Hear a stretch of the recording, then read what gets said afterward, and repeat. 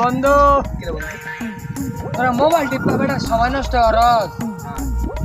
বেটা আমি iPhone 16 pro max Honda কিনে আনছি দেখ এই দেখ হুন্ডা আলা আজকে মাল খাইছে আমি মাল খাইছি হ্যাঁ মাল তুই খাইছ